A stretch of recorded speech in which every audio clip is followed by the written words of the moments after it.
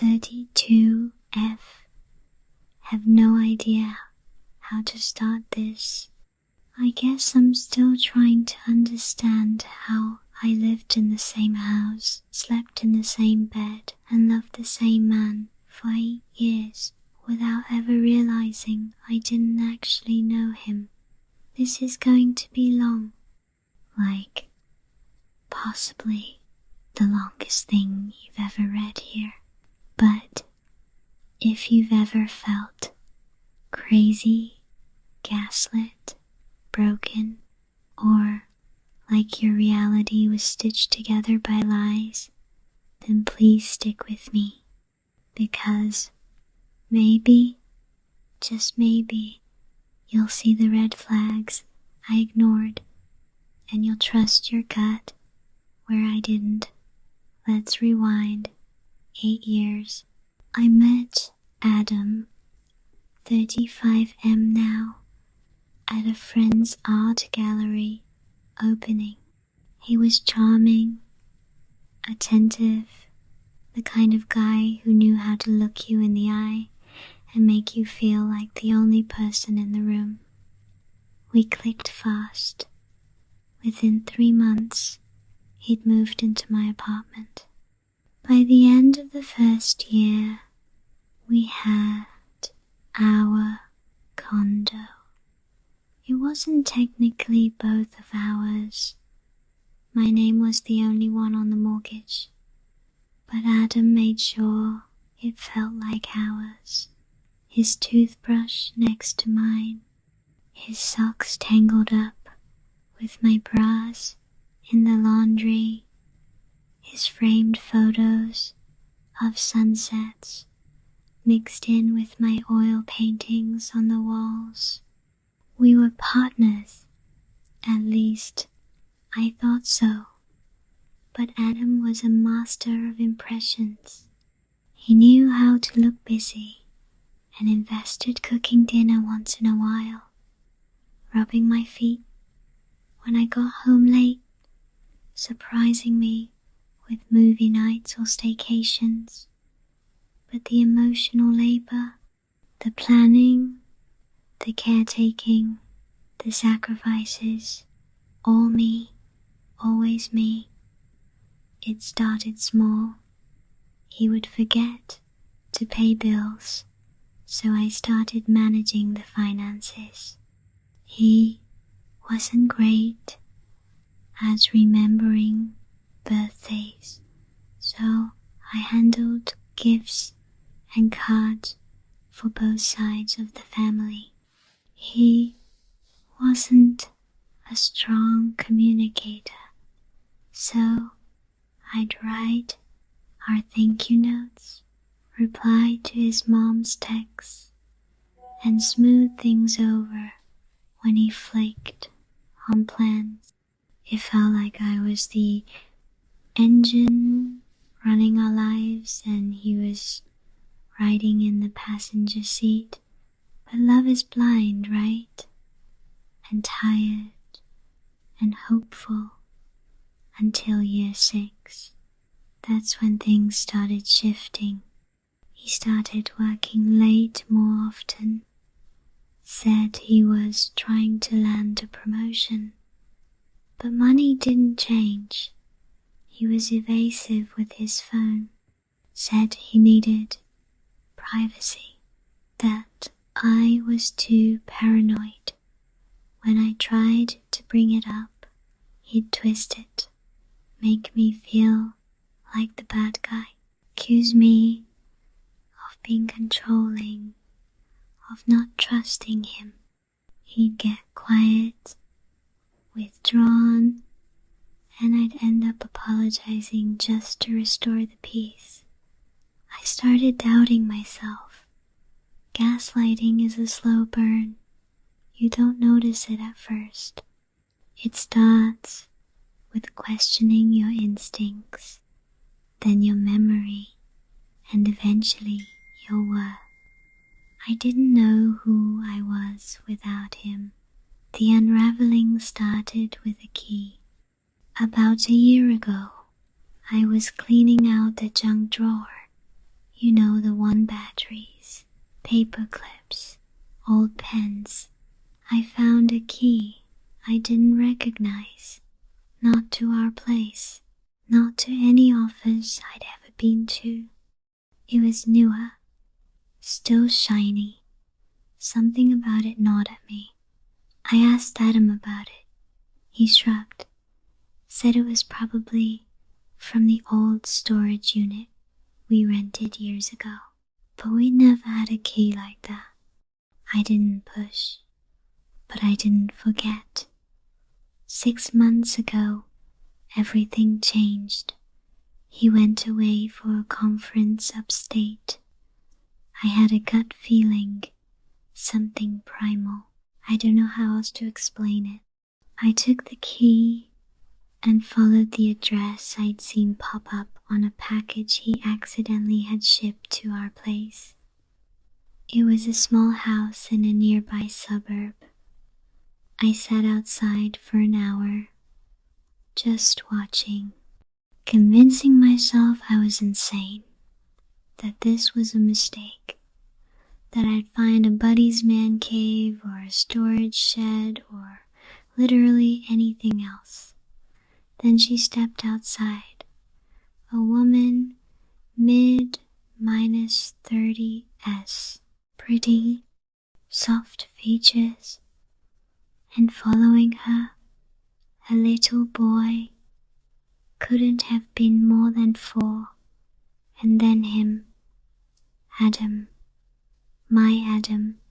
I could not breathe.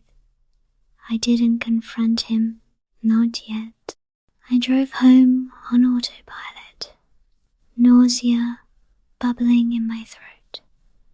I sat in the dark with my cat curled up next to me and let the weight of reality crush every bone in my chest. He kissed her. The confrontation was cinematic in the worst way. He came back 2 days later, smiling, souvenirs in hand. I was calm, dead calm. That kind of eerie, hollow stillness where your voice shakes not from fear but from restraint. I asked him how the conference was.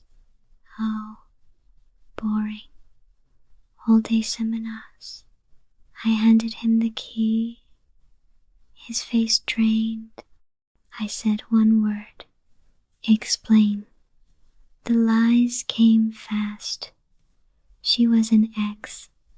It was complicated. He was trying to do the right thing. The child was his, but it was before us.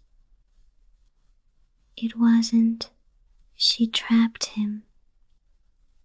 He didn't want to hurt me. He was working out how to leave her. Then came the manipulation, the tears, the guilt trips, the apologies, the promises. I told him I wanted space, time to think, but I was already thinking, plotting, not for revenge yet, but for truth. And that's where things really twisted. I hired a PI, not cheap, but worth every penny. Turns out he had another woman in another city, a frequent business trip location. She was older, had a teenage daughter, and was under the impression Adam was divorced. He'd even given her a different last name. This man was living 3 lives. 3. I confronted him with it all. He collapsed into himself, tried to say he was mentally ill, that he was addicted to being needed, that he never wanted to lose me. I didn't yell, I didn't cry. I handed him a pre-packed bag and a list of lawyers. And then I changed every lock, every password, and every trace of our shared life. But I wasn't done. I sent evidence to both the other women, photos, letters, screenshots. I sent them kindly. No rage, no insults, just facts. One of them had no idea. The other did. Said she'd always suspected he was a liar. Both left him. Now he lives alone in a one-bedroom apartment above a vape shop. I sold our condo, took a job across the country, reclaimed my name, adopted a rescue dog, got therapy, learned to trust myself again. It's been a year since I found that key, and I've learned something powerful. When your gut screams, listen, because monsters don't always hide in the dark. Sometimes they hold your hand and call you baby. I've been feeling super guilty lately because I know about this guy who had a girlfriend behind his wife's back. He would take the girlfriend around town to restaurants and bars. The bartenders, cooks, and servers knew he was cheating, and I don't think anyone has told the wife. He and the girlfriend dated for like 2 years and broke up a while ago. The other day, I saw him and his wife at a restaurant bar, and I just said hi and moved on. Today, I saw him again. He kept talking about his wife and how he loves her. It seemed that he was trying to tell me about how they love each other and how great she is for him. I felt like he was trying to make me feel guilt, second-guess saying anything about his secret girlfriend. Everyone knew about what he was doing, but no one seemed to care but me. I'm not sure if they figured out problems, worked through the hard times. I don't know them super well, but see them out all the time in Huntington. I believe I am an honest, good person and feel guilty. Any advice? So, very long story short, as short as I can, I just found out 6 months ago that the women 41F, I've 41M, always seen as the love of my life, had a 3-year affair with a co-worker that started in late 2011, just a month after meeting him at her new job. We had been together for 3 years at that point. She gaslit me. Every time I thought something was off back then, but finally admitted in May of 15, after some pictures surfaced, that they kissed once, but she knew it was wrong, and so she had completely stopped talking to him. I've never really believed that story, and in October of last year, I found a journal where she describes falling in love with him the moment she met him, that the only thing wrong with him was the wedding ring on his finger, and how she knew what she was doing was wrong, but didn't care because she couldn't see living her life without him. He told her he would leave his wife for her, but never did. They texted every day, spent most nights a week together, and went to lunch together nearly every weekday. After 3 years, he told her the affair needed to end and that he was staying with his wife. For 4 months, she wrote how she wouldn't give up on him despite his decision. After all they had been through, she says, and continued to seduce him until he finally cut her off for good, sometime in early May of 2015, just a week before her confession of the kiss. Prior to meeting him, most journal entries were about how amazing I am, how proud she was to be mine, and how excited she was to spend the rest of her life with me. Now, today, we have a 2-year-old son, easily the best thing that has ever happened to me. And I'm trying to make this relationship work for him, to not tear his family apart. We're in therapy, and it's been going okay, but I've got these thoughts in my head, thoughts about all the things she did with him, all the time they spent together in spite of me, all the secret messages behind my back while we were together, all the times she lied to my face and showed absolutely no remorse or guilt for any of this until truly caught red-handed. To boot, I had found a Snapchat messaged, saved from 2017 when she left that job, where they told each other how happy they were that this had happened, how it had made them both see so much value in themselves as a result. Now, 6 months into confession, and she seems sincere at this point. She trickled, truthed, and lied some more for a while, but has confessed now to some very difficult things for me to hear, given me details she didn't have to for the sake of honesty, so I feel like she is really trying in that aspect. I get a feeling of love from her that I had not felt in some time. It seems genuine. It feels like she has fallen back in love with me. But is that enough? Is that enough for me to look past this horrid thing she did to me? I would die for my son, no question, and I keep looking at this as my responsibility to him, to do everything I can to protect him.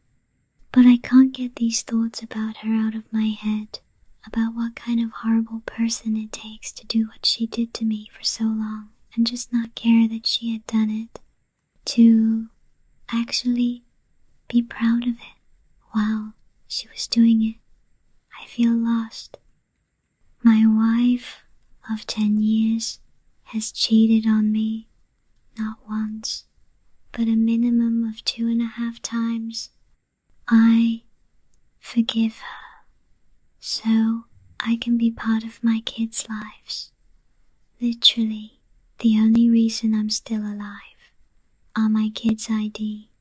Do anything for them. Anyways, I just found out she has been talking to the guy she cheated on me last with. IDK, what to do anymore? Literally just today we got time to go on a date together, and a lady was flirting with me pretty heavy, and my wife got super jealous. This is before I found out she has been talking to Matt Clark again. DK, what to do anymore? My friend found her BF still in communication with his ex. The entire first 6 months they were together. He would turn off his location, hang out with her, etc., and lie about it to my friend. She only found out BC. She had a gut feeling to look at his phone. They tried to work it out, but he was continuing to talk to her. He also has entertained other women on the side, but unsure if anything physical ever happened with another woman. We think this is cheating, others think otherwise.